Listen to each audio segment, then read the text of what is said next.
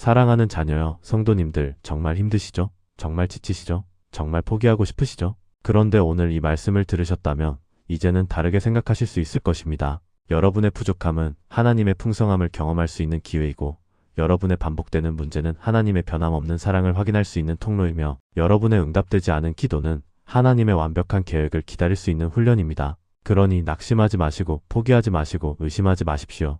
오히려 감사하시고 지금 이 순간 감사하시고 아무것도 보이지 않아도 감사하십시오. 왜냐하면 하나님께서 여러분과 함께 하시고 여러분을 사랑하시며 여러분을 위해 최선을 다하고 계시기 때문입니다. 그 비밀을 알게 되면 여러분의 기도가 완전히 달라질 것이고, 여러분이 하나님을 바라보는 눈이 완전히 달라질 것이며 여러분의 삶이 완전히 달라질 것입니다. 오늘 저는 여러분과 함께 세 가지 놀라운 진리를 나누려고 합니다. 첫째는 텅 빈 손으로 드리는 감사의 비밀이고, 둘째는 계속 넘어져도 드리는 감사의 비밀이며, 셋째는 아무것도 변하지 않았는데 드리는 감사의 비밀입니다. 이 세 가지를 깊이 깨달으시게 되면 여러분의 인생에서 하나님의 기적을 경험하시게 될 것입니다. 그럼 첫 번째 진리부터 함께 나누겠습니다. 텅 빈 손으로 드리는 감사의 비밀입니다. 사랑하는 성도님들, 지난주에 추수감사주의를 보내셨을 것입니다. 그날 설교 시간에 목사님께서 무엇이라고 말씀하셨습니까? 범사에 감사하십시오. 항상 감사하십시오. 모든 것에 감사하십시오 라고 말씀하셨을 것입니다. 그런데 그 말씀을 들으시면서 속으로 이런 생각하지 않으셨습니까? 목사님, 저는 지금 감사할 것이 정말 하나도 없는데요. 은행 통장을 열어보면 빨간 숫자만 보이는데 무엇을 감사하라는 말씀이신가요? 병원에서 받은 진단서를 보면 온통 이상 소견뿐인데 어떻게 감사할 수 있습니까? 자녀의 성적표를 보면 눈물만 나오는데 감사가 나올 수 있습니까? 직장에서 해고 통보를 받았는데 무엇을 감사하라는 것입니까?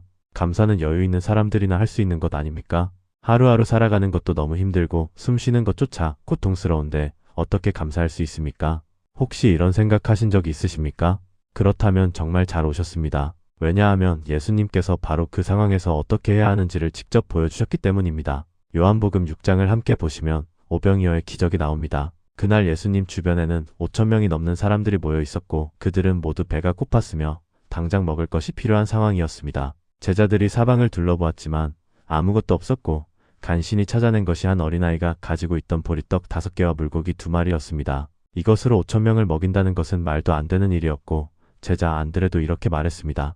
여기 한 아이가 보리떡 5개와 물고기 2마리를 가지고 있습니다만, 그러나 이것이 이렇게 많은 사람들에게 무슨 소용이 있겠습니까? 완전히 절망적인 상황이었고, 인간적으로는 아무런 해결책이 없는 상황이었으며 누가 보아도 불가능한 상황이었습니다. 그런데 바로 그 순간 예수님께서 무엇을 하셨는지 아십니까? 요한복음 6장 11절을 보면 이렇게 기록되어 있습니다. 예수께서 떡을 가지사 축사하신 후에 앉은 자들에게 나눠주시고 물고기도 그렇게 원하는 대로 주시니라. 여기서 축사하셨다는 말은 헬라어 원어로 유카리스테사스인데 이것은 감사하셨다는 뜻입니다. 정확하게 표현하면 감사하신 후에 라는 의미입니다. 여러분, 이것이 무엇을 의미하는지 아십니까? 예수님께서는 부족한 것을 보시고 한숨을 쉬지 않으셨고, 부족한 것을 보시고 걱정하지 않으셨으며, 부족한 것을 보시고 제자들을 책망하지 않으셨습니다. 오히려 그 작은 것을 손에 드시고 하나님 아버지께 감사의 기도를 드리셨습니다. 왜 그러셨을까요?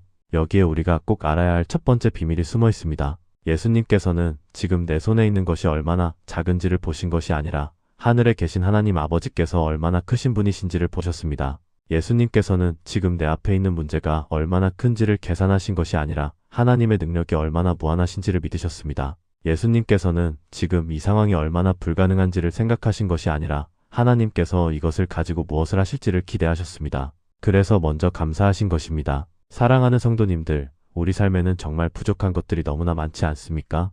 돈도 부족하고 시간도 부족하고 건강도 부족하고 능력도 부족하고 사랑도 부족하고 지혜도 부족하며 때로는 살아갈 힘조차 부족한 것이 우리의 현실입니다. 그런데 우리는 그 부족함을 볼 때마다 자꾸만 탄식하게 되고 원망하게 되고 불평하게 되고 걱정하게 되고 두려워하게 되고 포기하게 됩니다. 하지만 그때 주님께서 우리에게 말씀하시는 것입니다. 내가 가진 것이 얼마나 작은지를 보지 말고 나를 보라.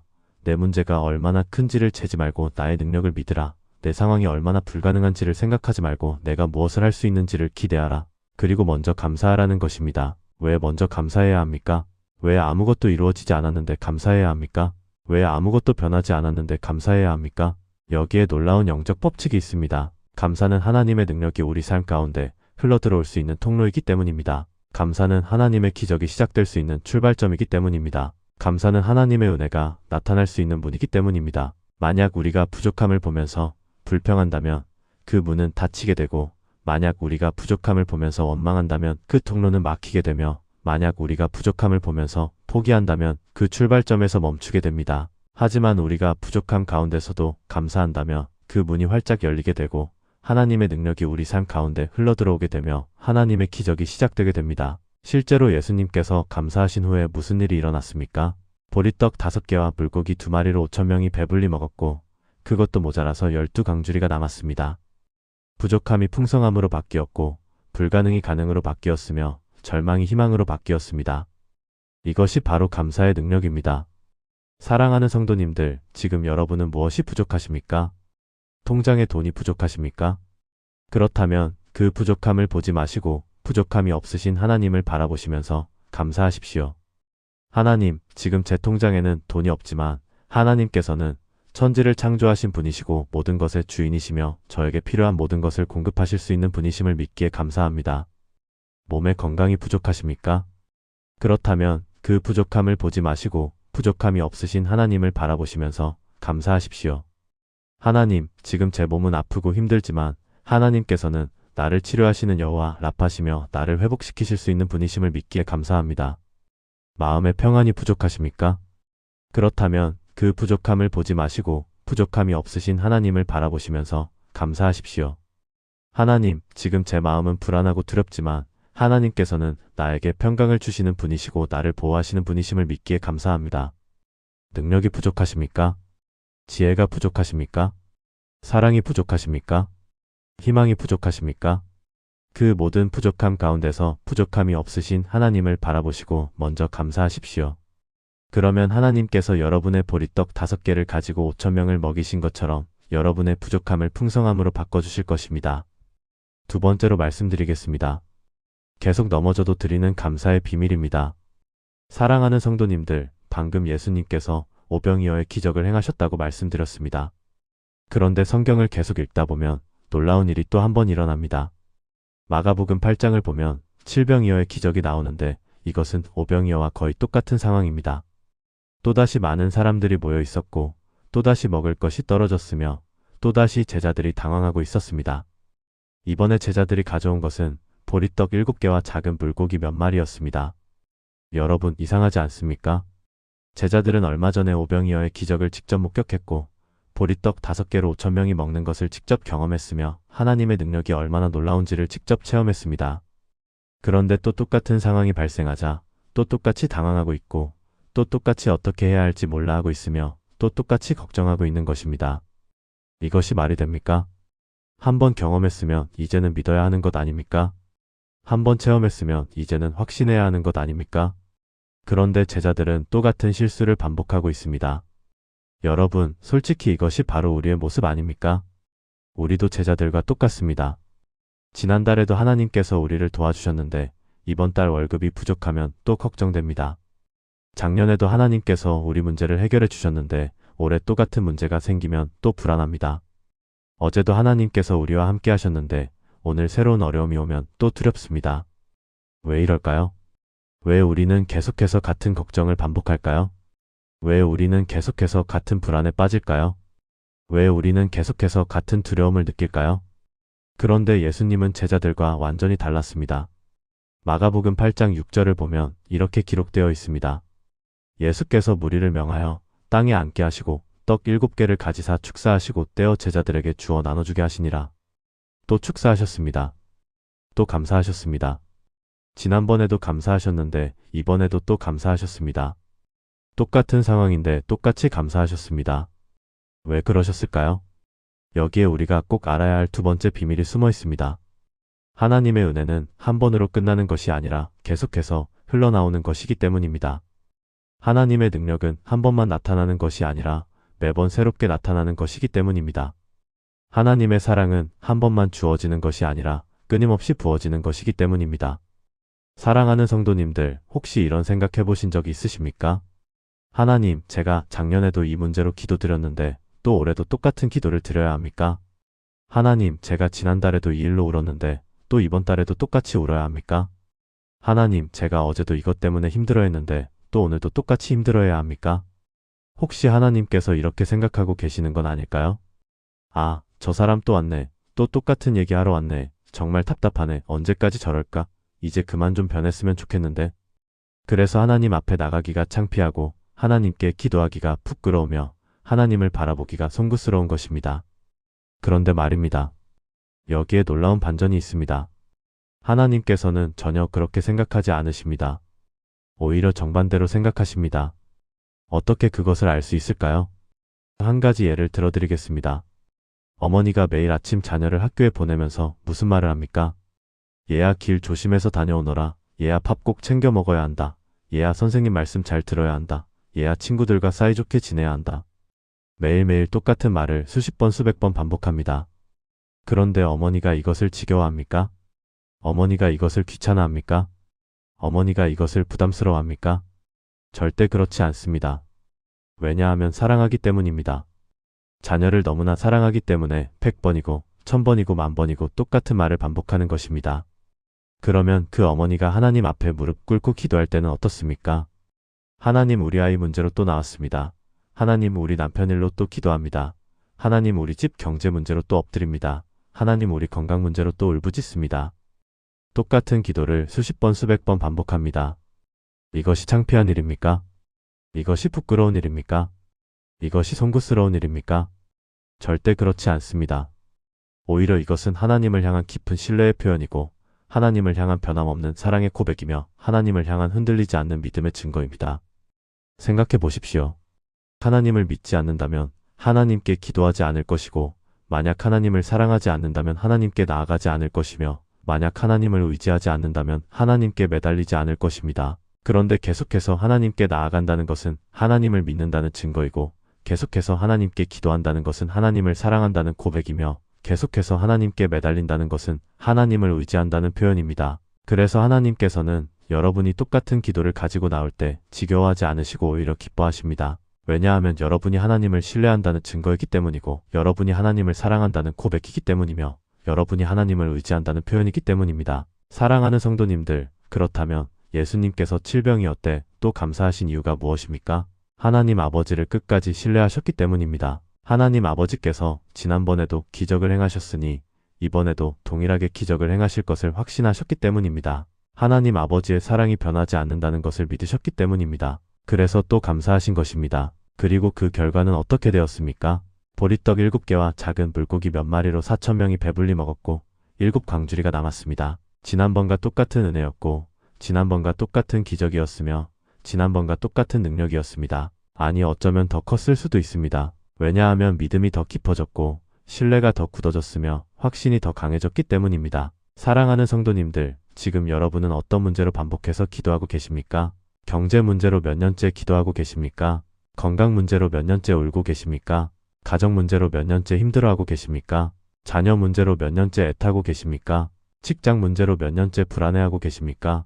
관계 문제로 몇 년째 아파하고 계십니까? 혹시 이제는 그만 기도해야 하는 거 아닐까 생각하고 계십니까? 혹시 하나님께서도 이제는 지겨워하시는 거 아닐까 걱정하고 계십니까? 혹시 내가 너무 변화가 없어서 하나님께서 실망하신 거 아닐까 두려워하고 계십니까? 전혀 아닙니다. 하나님께서는 여러분을 지겨워하지 않으시고 하나님께서는 여러분에게 실망하지 않으시며 하나님께서는 여러분을 포기하지 않으십니다. 오히려 하나님께서는 여러분이 계속해서 나아오는 것을 기뻐하시고 여러분이 계속해서 기도하는 것을 기다리시며 여러분이 계속해서 의지하는 것을 사랑하십니다. 그리고 이렇게 기도하십시오. 하나님, 저 또 왔습니다. 또 똑같은 문제를 가지고 왔습니다. 또 똑같은 기도를 드리러 왔습니다. 그런데 하나님, 제가 또 온 이유는 하나님을 사랑하기 때문입니다. 제가 또 기도하는 이유는 하나님을 신뢰하기 때문입니다. 제가 또 매달리는 이유는 하나님을 의지하기 때문입니다. 하나님, 지난번에도 저를 도와주셨던 것처럼 이번에도 저를 도와주실 줄 믿습니다. 지난번에도 저에게 은혜를 주셨던 것처럼 이번에도 저에게 은혜를 주실 줄 믿습니다. 지난번에도 저와 함께 하셨던 것처럼 이번에도 저와 함께 하실 줄 믿습니다. 동일한 은혜를 주실 줄 믿습니다. 동일한 능력으로 역사하실 줄 믿습니다. 동일한 사랑으로 인도하실 줄 믿습니다. 그래서 감사합니다.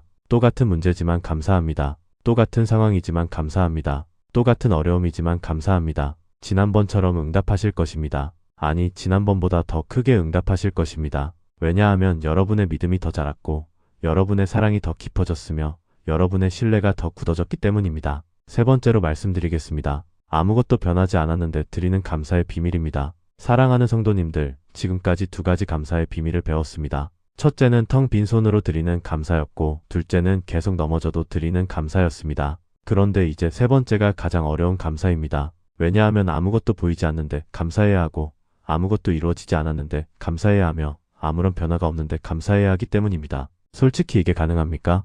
우리는 보통 이렇게 생각합니다. 응답받으면 그때 감사하겠습니다. 이루어지면 그때 감사하겠습니다. 변화가 생기면 그때 감사하겠습니다. 결과가 나오면 그때 감사하겠습니다. 증거가 보이면 그때 감사하겠습니다. 그런데 예수님은 완전히 거꾸로 하셨습니다. 요한복음 11장을 함께 보시겠습니다. 예수님의 친구 나사로가 병들어 죽었고 무덤에 묻힌 지 벌써 나흘이나 지났으며 이미 시체가 썩어서 냄새가 나기 시작했습니다. 완전히 절망적인 상황이었고 인간적으로는 아무런 희망이 없었으며 누가 보아도 끝난 상황이었습니다. 그런데 예수님께서 그 무덤 앞에서 무엇을 하셨는지 아십니까?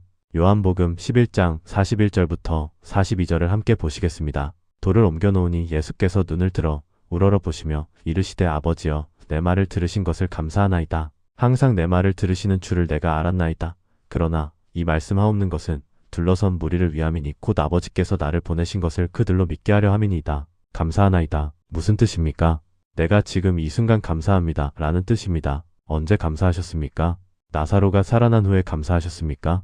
아닙니다. 나사로가 살아나기 전에 미리 감사하셨습니다. 아직 아무 일도 일어나지 않았고 나사로는 여전히 무덤 속에 있었으며 여전히 죽어 있었고 여전히 냄새가 났으며 아무런 변화도 없었습니다. 그런데 예수님께서는 그 상황에서 먼저 감사하셨습니다. 여기에 우리가 꼭 알아야 할 세 번째 감사의 비밀이 숨어 있습니다. 예수님께서는 무엇을 보고 감사하셨습니까? 나사로가 살아난 것을 보고 감사하신 것이 아니었고 무덤이 열린 것을 보고 감사하신 것이 아니었으며 기적이 일어난 것을 보고 감사하신 것이 아니었습니다. 예수님께서는 하나님 아버지를 보고 감사하셨고 하나님 아버지의 성품을 믿고 감사하셨으며 하나님 아버지께서 반드시 응답하실 것을 확신하고 감사하셨습니다. 사랑하는 성도님들, 이것이 진짜 믿음입니다. 보이는 것을 믿는 것은 믿음이 아니고 이루어진 것을 믿는 것은 믿음이 아니며 변화된 것을 믿는 것은 믿음이 아닙니다. 진짜 믿음은 보이지 않아도 믿는 것이고 이루어지지 않아도 믿는 것이며 변화가 없어도 믿는 것입니다. 왜 그럴 수 있습니까? 하나님을 믿기 때문이고 하나님의 성품을 믿기 때문이며 하나님의 약속을 믿기 때문입니다. 그렇다면 우리는 하나님의 어떤 성품을 믿어야 합니까? 첫째로 하나님은 선하신 분이십니다. 하나님께서는 악한 것을 계획하지 않으시고 나쁜 것을 허락하지 않으시며 항상 선한 것만을 행하십니다. 시편 34편 8절 말씀처럼 여호와의 선하심을 맛보아 알지어다. 그에게 피하는 자는 복이 있도다 하신 것처럼 하나님은 선하신 분이십니다. 둘째로 하나님은 사랑이신 분이십니다. 요한일서 4장 8절 말씀처럼 사랑하지 아니하는 자는 하나님을 알지 못하나니 이는 하나님은 사랑이심이라 하신 것처럼 하나님께서는 우리를 조건 없이 사랑하시고 변함없이 사랑하시며 영원히 사랑하십니다. 셋째로 하나님은 전능하신 분이십니다. 하나님께는 불가능이 없으시고 안 되는 것이 없으시며 못하시는 것이 없으십니다. 누가복음 1장 37절 말씀처럼 대저 하나님의 모든 말씀은 능하지 못하심이 없느니라 하신 것처럼 하나님은 전능하신 분이십니다. 넷째로 하나님은 신실하신 분이십니다. 하나님께서는 약속을 반드시 지키시고 말씀하신 것을 반드시 이루시며 결코 거짓말을 하지 않으십니다. 민수기 23장 19절 말씀처럼 하나님은 인생이 아니시니 시건치 않으시고 인자가 아니시니 후회가 없으시도다. 어찌 그 말씀하신 바를 행하지 않으시며 하신 말씀을 실행하지 않으시랴 하신 것처럼 하나님은 신실하신 분이십니다. 다섯째로 하나님은 지혜로우신 분이십니다. 하나님께서는 모든 것을 아시고 가장 좋은 때를 아시며 가장 좋은 방법을 아십니다. 로마서 11장 33절 말씀처럼 깊도다. 하나님의 지혜와 지식의 풍성함이여 그의 판단은 헤아리지 못할 것이며 그의 길은 찾지 못할 것이로다 하신 것처럼 하나님은 지혜로우신 분이십니다. 사랑하는 성도님들, 이것이 바로 우리가 믿어야 할 하나님이십니다. 선하시고 사랑이시고 전능하시고 신실하시고 지혜로우신 하나님이십니다. 그렇다면 이 하나님께서 우리를 어떻게 대하시겠습니까? 가장 좋은 것으로 대하실 것이고 가장 선한 것으로 인도하실 것이며 가장 아름다운 것으로 채워주실 것입니다. 그런데 문제는 무엇입니까? 우리는 지금 당장 그것이 보이지 않는다는 것이고 우리는 지금 당장 그것이 이루어지지 않는다는 것이며 우리는 지금 당장 그것이 느껴지지 않는다는 것입니다. 그래서 불안하고 그래서 두렵고 그래서 의심하게 됩니다. 정말 하나님께서 일하고 계실까요? 정말 하나님께서 들으실까요?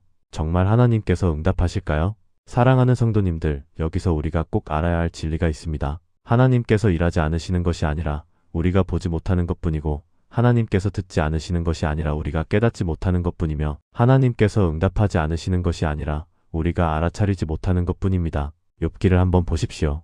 욥이 고난을 당할 때 하나님께서는 침묵하고 계셨고 욥이 부르짖을 때 하나님께서는 대답하지 않으셨으며 욥이 울부짖을 때 하나님께서는 나타나지 않으셨습니다. 그래서 욥은 욥기 23장 8절부터 9절에서 이렇게 말합니다. 그런데 내가 앞으로 가도 그가 아니 계시고 뒤로 가도 보이지 아니하며 그가 왼쪽에서 일하시나 내가 만날 수 없고 그가 오른쪽으로 돌이키시나 배울 수 없구나. 욥은 하나님을 찾지 못했고 하나님을 만나지 못했으며 하나님을 볼 수 없었습니다. 그런데 하나님께서 정말 계시지 않으셨습니까? 아닙니다. 하나님께서는 항상 욥과 함께 계셨고 욥을 지켜보고 계셨으며 욥을 보호하고 계셨습니다. 단지 욥이 보지 못했을 뿐이고 욥이 깨닫지 못했을 뿐이며 욥이 느끼지 못했을 뿐입니다. 그래서 하나님께서는 나중에 욥기 40장 8절부터 9절에서 욥에게 이렇게 말씀하십니다. 내가 나의 경영을 무너뜨리려느냐? 내가 나를 불의하다 하려 함이냐? 내가 나처럼 팔이 있느냐? 나처럼 우렁찬 소리로 울리겠느냐? 하나님께서는 욥에게 말씀하시는 것입니다. 내가 항상 너와 함께 있었다. 내가 항상 너를 지켜보고 있었다. 내가 항상 너를 위해 일하고 있었다. 단지 내가 보지 못했을 뿐이다. 단지 내가 알지 못했을 뿐이다. 사랑하는 성도님들, 하나님께서는 지금도 여러분을 위해 일하고 계십니다. 여러분이 보지 못해도 일하고 계시고 여러분이 느끼지 못해도 일하고 계시며 여러분이 알지 못해도 일하고 계십니다. 그러니 낙심하지 마시고 포기하지 마시고 의심하지 마십시오. 하나님께서는 지금 이 순간에도 여러분을 위해 최선을 다하고 계시고 가장 좋은 때에 가장 좋은 방법으로 가장 좋은 것을 주시기 위해 준비하고 계십니다. 그렇다면 우리는 무엇을 해야 합니까? 감사해야 합니다. 아직 이루어지지 않았어도 감사해야 하고 아직 보이지 않아도 감사해야 하며 아직 느껴지지 않아도 감사해야 합니다. 왜 그럴 수 있습니까? 하나님의 선하심을 믿기 때문이고 하나님의 사랑을 믿기 때문이며 하나님의 전능하심을 믿기 때문이고 하나님의 신실하심을 믿기 때문이며 하나님의 지혜를 믿기 때문입니다. 사랑하는 성도님들, 데살로니가전서 5장 16절부터 18절 말씀을 함께 보시겠습니다. 항상 기뻐하라, 쉬지 말고 기도하라, 범사에 감사하라. 이것이 그리스도 예수 안에서 너희를 향하신 하나님의 뜻이니라. 이 말씀에서 범사에 감사하라는 것은 헬라어 원어를 보면 모든 일 가운데 그 중심에서 하나님께 감사하라는 뜻인데 여기에는 어렵고 힘든 일까지도 모두 포함되어 있습니다. 그렇다면 어떻게 어렵고 힘든 일 가운데서도 감사할 수 있습니까?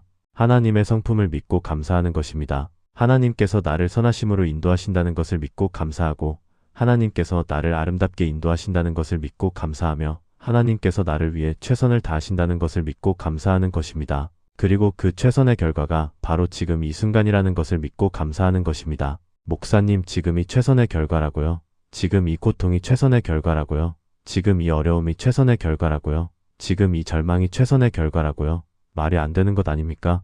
사랑하는 성도님들, 하나님께서는 한 가지만 보시는 것이 아니라 모든 것을 다 보고 계십니다. 하나님께서는 여러분의 과거도 보시고 현재도 보시고 미래도 보시며 하나님께서는 여러분의 상황도 보시고 생각도 보시고 마음도 보시며 하나님께서는 여러분이 알지 못하는 것까지도 다 아시고 여러분이 보지 못하는 것까지도 다 보십니다. 그래서 하나님께서는 여러분을 가장 아름답게 가장 선하게 가장 기쁨이 충만한 곳으로 인도하시기 위해 지금 이 순간을 허락하신 것입니다. 로마서 8장 28절 말씀처럼 우리가 알거니와 하나님을 사랑하는 자 곧 그의 뜻대로 부르심을 입은 자들에게는 모든 것이 합력하여 선을 이루느니라 하신 말씀이 진리입니다. 모든 것이 합력하여 선을 이룬다는 것은 지금 이 순간의 고통도 이 순간의 어려움도 이 순간의 절망도 모두 합쳐져서 결국에는 선한 결과를 만들어낸다는 뜻입니다. 그러니 지금 당장은 이해가 안 될 수 있고 지금 당장은 받아들이기 힘들 수 있으며 지금 당장은 너무 고통스럽고 힘들 수 있습니다. 하지만 하나님께서는 분명히 여러분을 위해 최선을 다하고 계시고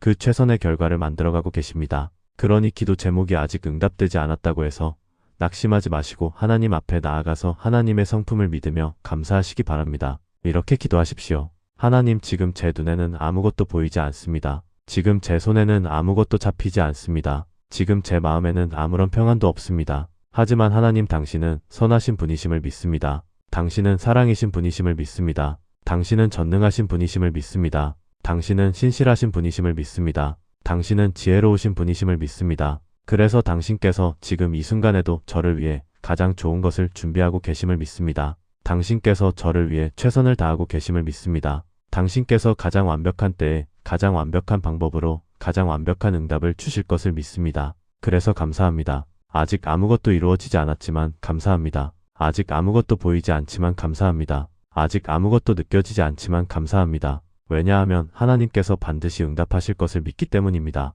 이렇게 기도하십시오. 그러면 하나님께서 반드시 응답하실 것이고 그 응답이 여러분의 생각보다 더 크고 여러분의 상상보다 더 아름다우며 여러분의 기대보다 더 완벽할 것입니다. 사랑하는 성도님들, 이제 오늘 말씀을 정리하면서 마무리하겠습니다. 오늘 우리는 예수님께서 직접 보여주신 3가지 감사의 비밀을 배웠습니다. 첫째는 텅 빈 손으로 드리는 감사의 비밀이었고, 둘째는 계속 넘어져도 드리는 감사의 비밀이었으며, 셋째는 아무것도 변하지 않았는데 드리는 감사의 비밀이었습니다. 첫째로 예수님께서는 오병이어를 놓고 감사하셨는데, 이것은 부족함 가운데서도 부족하지 않으신 하나님을 바라보며 감사하는 것이었습니다. 여러분도 지금 부족함 가운데 있다면 그 부족함을 보지 말고 부족하지 않으신 하나님을 바라보며 감사하시기 바랍니다. 그러면 하나님께서 여러분의 부족함을 풍성함으로 바꿔주실 것입니다. 둘째로 예수님께서는 칠병이어를 놓고 또 감사하셨는데 이것은 반복되는 문제 가운데서도 하나님의 동일한 은혜를 믿으며 감사하는 것이었습니다.